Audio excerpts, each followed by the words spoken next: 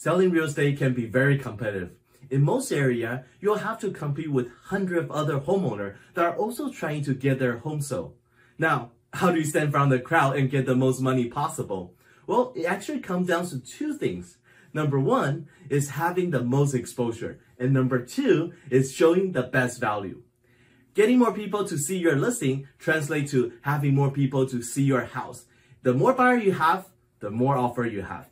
And more offer is always good. Multiple bidding war means higher price for you as a seller.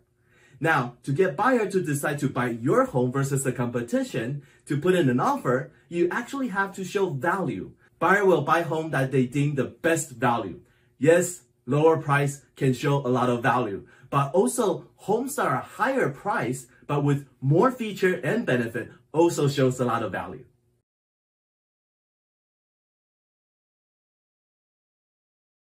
Real estate market is not only cyclical, but it is also constantly changing. Any new listing that come into your neighborhood or any new sales can dramatically affect the price of your home. Now, when you had your home on the market for sale, did you know what was going on in your local marketplace on a weekly basis? Were you updated in terms of how many homes are on the market that's for sale, how many new listings that are coming onto the market every week, or how many new pending sales we have every week?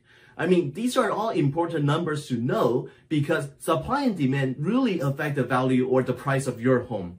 If you or your agent did not know about this number, I mean, this could be one of the very important issues to know, and that may be what's causing your home not to sell.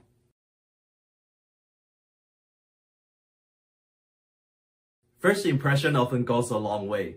If the first impression of a buyer is negative when they walk into your house, it's often really hard to revert that.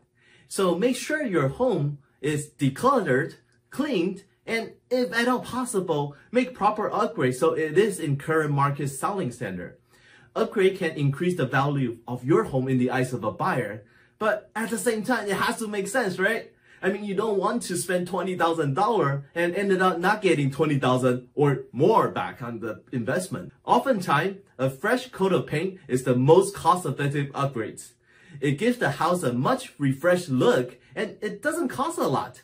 But with any upgrades, make sure they are neutral in nature, just because you want to make sure you appeal to as many buyers as possible.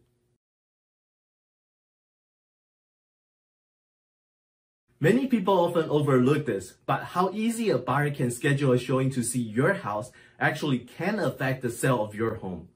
I mean, in the world we live in today, most people have a very busy schedule.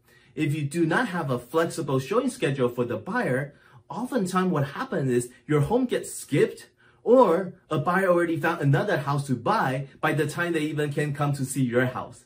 So here's what you can do. Number one, consider using a lockbox. Lockbox will allow agent access to your home. And number two, consider leaving the property on short notices.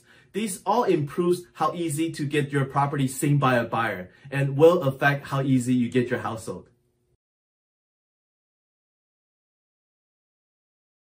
Selling real estate is a numbers game. The more people that knows about your listing, the more offer you're likely to get.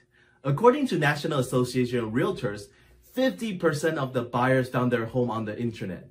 Now, when you had your home on the market, did you have a strong and balanced digital marketing plan? Or was it just uploaded to some real estate website? Now, another 28% of buyers found their home through real estate agents. So, was your agent a passive agent or an active agent? Did she or he just put a sign in the yard, put it on the MLS, and hoping and waiting a buyer come and buys it? Or did your agent have a step-by-step aggressive marketing plan that utilizes both traditional and digital channel to market your property to make sure the most people get to see it and know about it?